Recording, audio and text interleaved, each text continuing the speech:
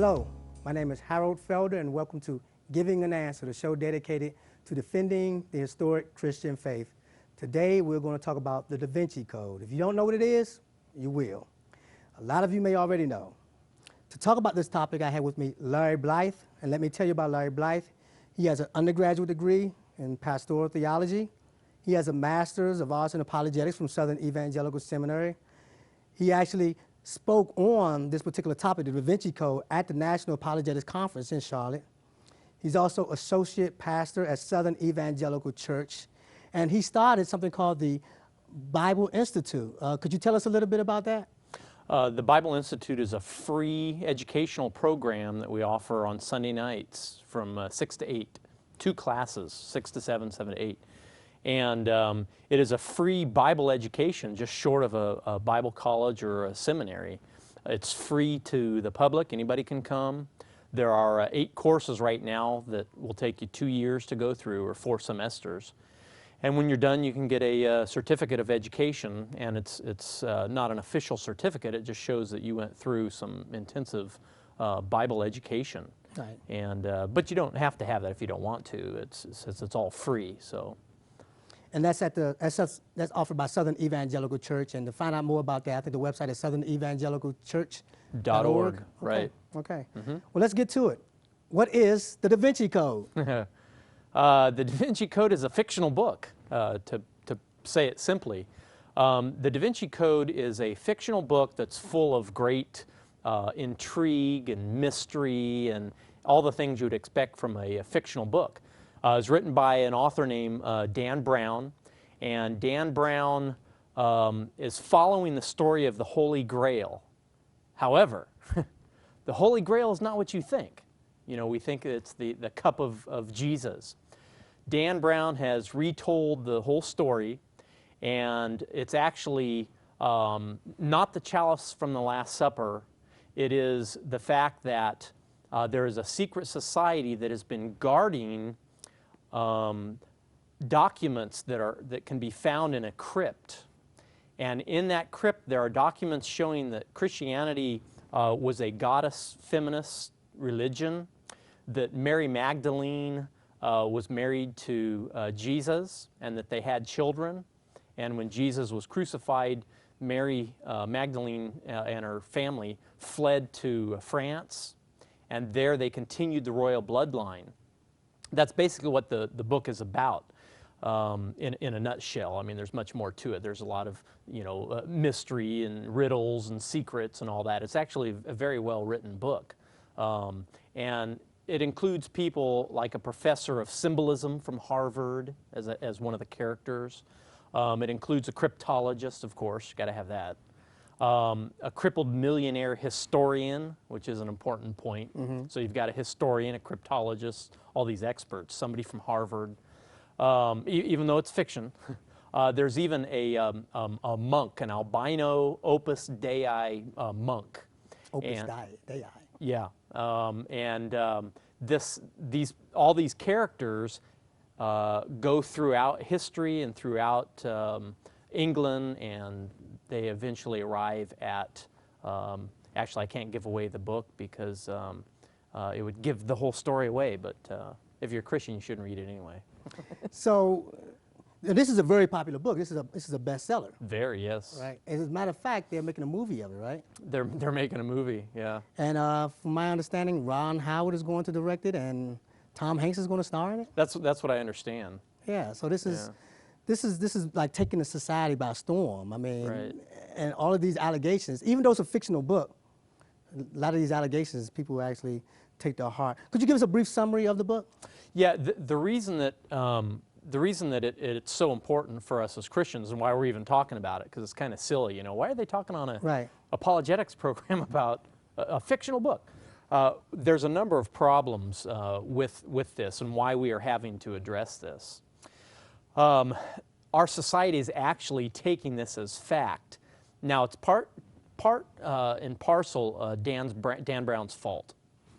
And the reason is, in fact, I think it's kind of genius, actually. He wrote a fictional book, but at the front of the book he says that this is fact. he says that all descriptions of artwork, architecture, documents, and secret rituals in the novel are accurate. So here you've got this fictional account, the story that's intriguing and fun to read, and your mind is saying fiction. But then when you read certain things about Christ and about the church and religion and Christianity, your mind's going, now wait a minute, he said these parts are true.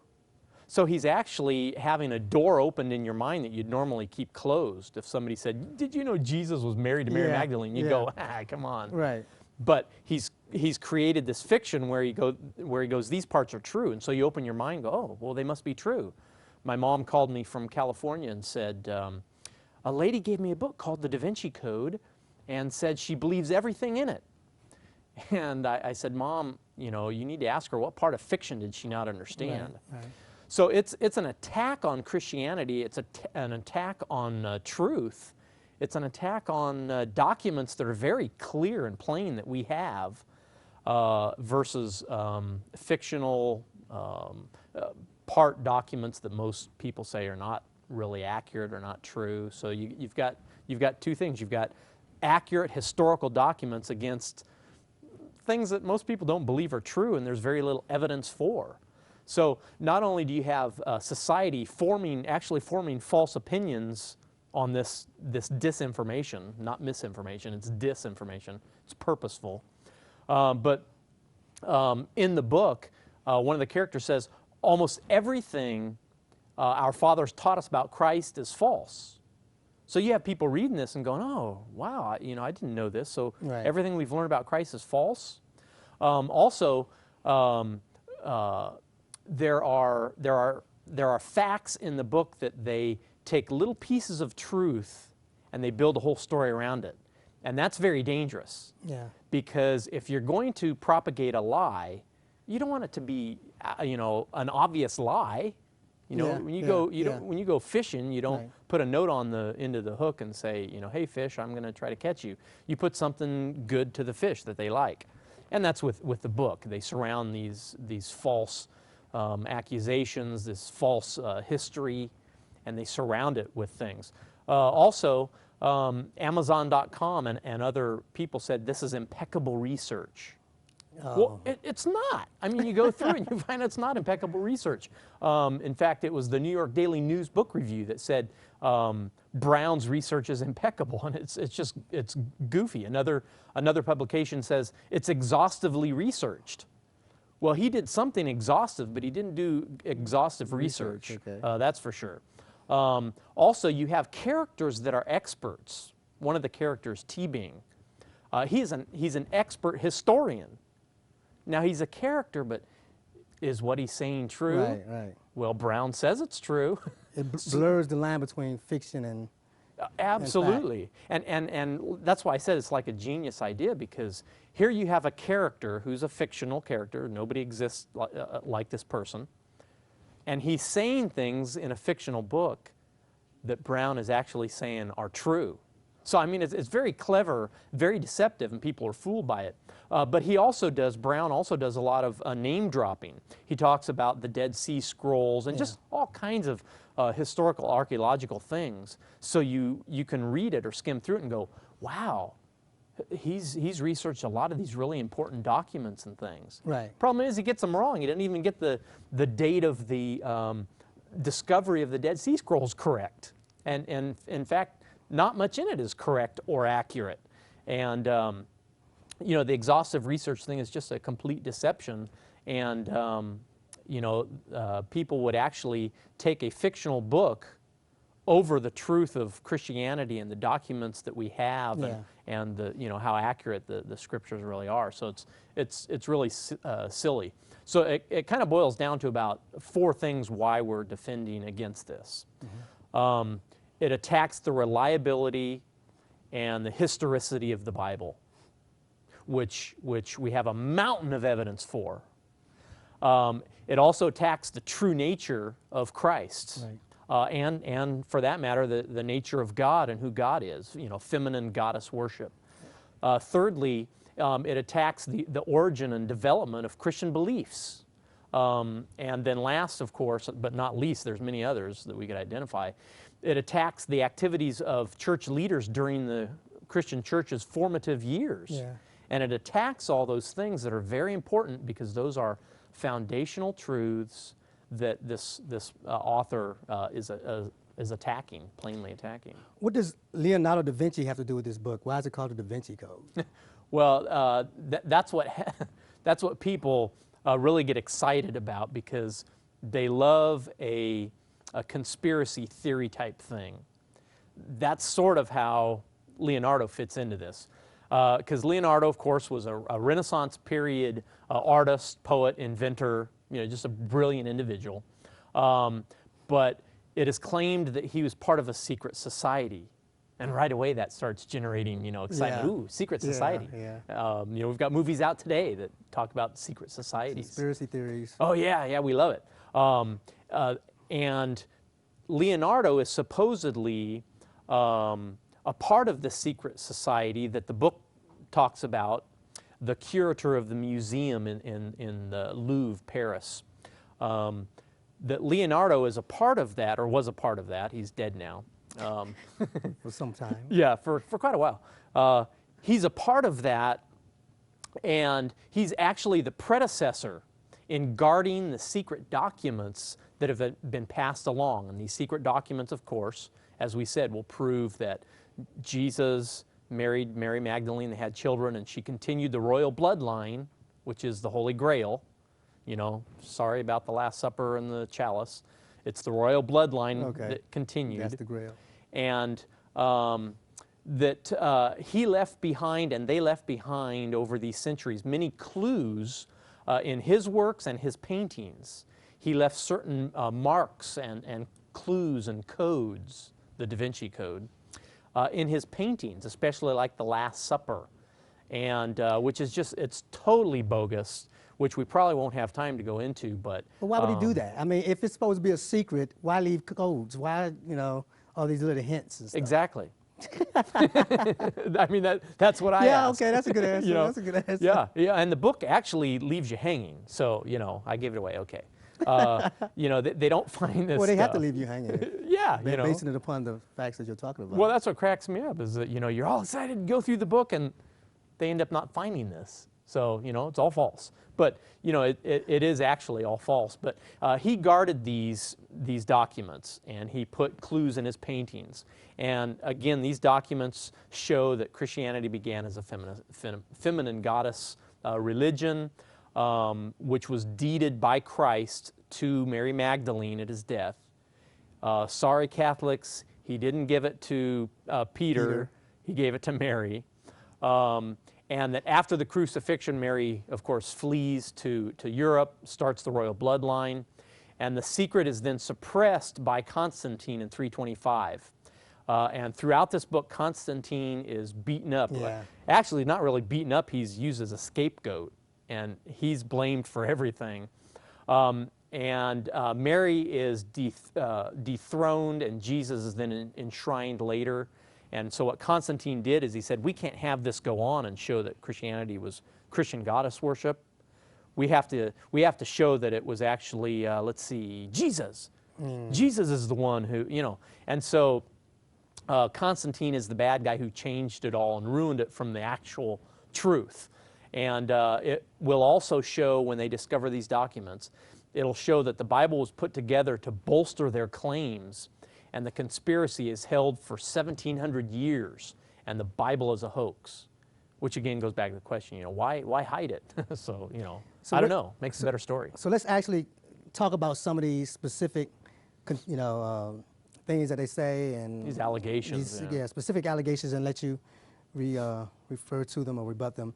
One, Christians and pagans fought so fiercely during their conflict that the Roman Emperor Constantine, as you mentioned, decided to unite the entire empire under one religion, that religion being Christianity. Well, Harold, before I refute that, let me say that there are perhaps 100 or more allegations that need to be addressed. And of course, we'd be here forever if we tried to do that. So there are many, many. And there's good books out there. There's a book by Richard Abanus that a lot of this information comes from to refute this.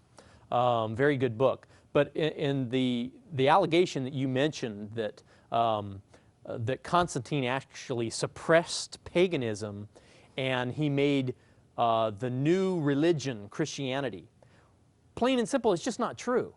There's no historical evidence to show that at all. In fact, Constantine, what he actually did is he granted freedom of worship to Christians in AD 313. He didn't make the single religion Christianity the state religion. He didn't do that.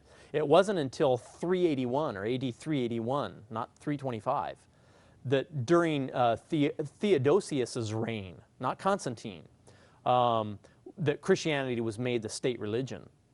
Some people may say, well, so what? Well, it's important because Dan Brown says these things are facts. Yeah. These things are not facts. Yeah. Plain and simple, Dan Brown couldn't even get that right. If the Bible had one date that was wrong, they would throw the whole Bible out. They would say, okay, well, the Bible, we can't trust it. He gets a couple of things wrong, but you know, we can overlook that. Absolutely, you nailed it. I mean, that's exactly the case. But you know, also in answer to this thing, this particular allegation, many other major factors led to Rome's fall, not just the pagan-Christian conflict. So what he does is he just takes one specific historical event and he says, oh, I'm going to make this cover all of this area of error. Yeah. And that's just simply ridiculous. It's just not the case, and that allegation, no other way to say it, it's false. Now the next one is something you hear from a lot of cults and a lot of other religions, that the Christian scriptures evolved over countless translations, additions, and revisions. Yeah, that's a biggie, and of course the Jesus Seminar, of which it's neither, and many others try to criticize at this point. And of course Dan Brown just picked it up and put it in a fictional book, did the same thing. There's a lot of problems with that statement. And again, that statement being that Christian scriptures evolved down through the centuries and translations. It's the old thing you hear in grammar school, you know. Oh, there's so many, it was translated so many times, it's just not accurate anymore. Well, that's just ridiculous because of the way it was translated. And we do have a definitive version of the book. The Old Testament and New Testament is well established by existing manuscripts. People don't realize how important it is, the amount of manuscripts we have, because it's a boring subject. Yeah. I mean, you try to talk to somebody about manuscripts and how many manuscripts we have. Put me to sleep. But it's very important when it comes to the truth of the accuracy of this book, the Bible. So the Old Testament, New Testament is well established by many manuscripts, extensively compared and contrasted. I mean, that's something else people don't realize, how extensively it's been compared to the other manuscripts. And there are many, many copies that are dated very close to the original autographs within 25 years. That's important too, because myths can develop, and there are no longer eyewitnesses. So it's very important. We don't have any other ancient document that is as close to the original time that it happened as the New Testament documents. One man said, F.F. Bruce, a great scholar, said this: if the New Testament were a collection of secular writings, their authenticity would generally be regarded as beyond all doubt. Yeah. But like you said earlier, when it comes to the Bible, oh, one problem, and you know, throw it all out. Yeah. We have many earlier manuscripts within 25 years. There's a 25-year gap compared to other ancient writings, a 1,000-year gap. Yeah. We have a 25-year gap between when the events happened and when the writings actually took place, some of the writings that we have. We have more manuscripts. There are over 5,600 manuscripts of the New Testament as compared to between 10 and 20 manuscripts of other ancient writings. We have more accurately copied manuscripts. The Bible is 99.95% accurate versus 90% and on down with other ancient documents. And other than that, we have 18,000 non-Greek manuscripts, 36,000 quotations. You could burn all the Bibles and put together most of the Bible just with quotations. So, you know, on and on it goes. Okay, we'll try to move on. Let's talk about the next one. Constantine commissioned and financed a new Bible that omitted the Gospels that talked about Jesus' human traits and embellished those that made him godlike. Yeah, yeah. Another, we could stop just by saying, false. Right. It's just simply false. However, there is no historical evidence to this accusation whatsoever. Where he got this, I don't know, from the Gnostic Gospels or somewhere. It's just completely false. The New Testament is full of Christ's human traits. We find in Matthew 8 his amazement. The Bible depicts Jesus as 100% human and his human traits. This accusation that the Bible withheld human traits is ridiculous. We find in Mark 11 that Jesus was angry. We find in Luke 4 and Luke 8 that he was fatigued, that he was hungry. We find Jesus being sorrowful in John 11, and on it goes. Wept. He also wept. Yeah, he wept. We see human traits constantly. And since he was 100% human, yes, 100% deity, 100% God, but people forget, also 100% man. Right. Omitting his humanity would have been contrary even during Constantine's day. So it just simply was not the case. And they also talk about that they burned all these books. That simply wasn't true. The writings of Arius were ordered by Constantine to be burned, not the New Testament documents. So again, it's simply false. And he never gave orders, Constantine, never gave orders against pagan or Gnostic Gospels. In fact, the Gnostic Gospels were written much later than the New Testament Gospels, right. a couple hundred years later. Right. So, it's really ridiculous. And also the Gnostic Gospel writers didn't have authority. They were not apostles of Jesus. They were not associated with apostles of Jesus, so they were just false. And also, the Gnostic Gospels were not written by people whose names were attached to them. Mary didn't write the Gospel of Mary. Philip didn't write the Gospel of Philip. Thomas, those are all pseudonyms. Right. So it's just false. The next one, it was at the Council of Nicaea in 325 AD that the church leaders actually voted to make Jesus divine. Before that, he was just viewed as a mortal prophet. Yeah, this is the Jehovah's Witnesses try to pull this to bait and switch. Others do too. The Council of Nicaea had absolutely nothing to do with deciding Jesus' divinity. The main subject was Arius and his teaching that Jesus was only a created being. Right. That's what the important point was. Followers were already getting it. Followers were already, by the end of Christ's earthly ministry, Thomas in John 20:28 says, "My Lord and my God," or "the Lord of me and the God of me," to Jesus. He said they were already getting this, his divinity. It wasn't decided in 325. Right. Also in John 1:1, Titus 2:3, Hebrews 1, Peter 1:1, all of these. In the beginning was the Word was with God, and God was the Word. Right. So they were already getting it at that time. Yes, at first it was a little difficult for them, but they were already getting it. So by the end of the 2nd century, way before 325, AD 325, Christians had already also held firmly to his deity.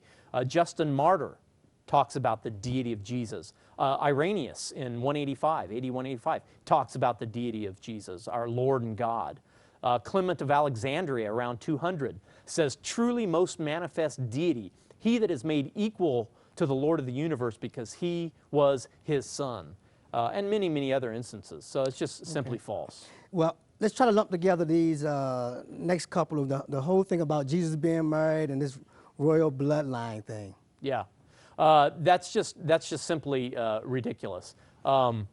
He tries to give us the example of four. Well, first of all, he says scores of historians agree to this royal bloodline, and then he names 4. Now, I don't know, last time you checked, scores is not 4. No. And each of these, it'll suffice to say with this bloodline thing, just to cut that whole thing short, because like I said, it can bog you down with information. These are not experts. These 4 scholars that he mentions in his book are not experts in any way, shape, or form. One of them holds an MA in comparative literature in German. Two of the authors that he mentions, these great historians, both are conspiracy theorists, and they have a penchant for the occult and paranormal and UFOs. These are not historians. It's just simply ridiculous. That is fiction. Could you, in 2 minutes, summarize your whole point, your whole argument? Yes, I can. Here's what's important about this. There are a number of reasons why this is bad scholarship, and let me just mention a few. What he does is he has a flight from good hard evidence. This is a tactic that people use, and they leave good hard evidence behind, and they take only what they want. Solid historical, archaeological source material, they throw it by the wayside. Dan Brown does this. He substitutes opinion for fact, very dangerous. He twists the language of the historical source out of context to make it mean what he wants it to mean. He exchanges objectivity for bias in this book and in his scholarship, supposedly. It's what might be called the smorgasbord or buffet type of scholarship or research, ignoring the good stuff and only picking what he wants to use. And it's a facade of scholarship. It's just simply not scholarship. And in the case of fiction, he exaggerates at will. He takes data out of the place where it should be, and whenever he wants, he exaggerates. Very dangerous book, a book that needs to be defended. Okay, right. Thanks a lot. Very informative. That ends this show. Be sure to join me again next week. And until then, goodbye and God bless.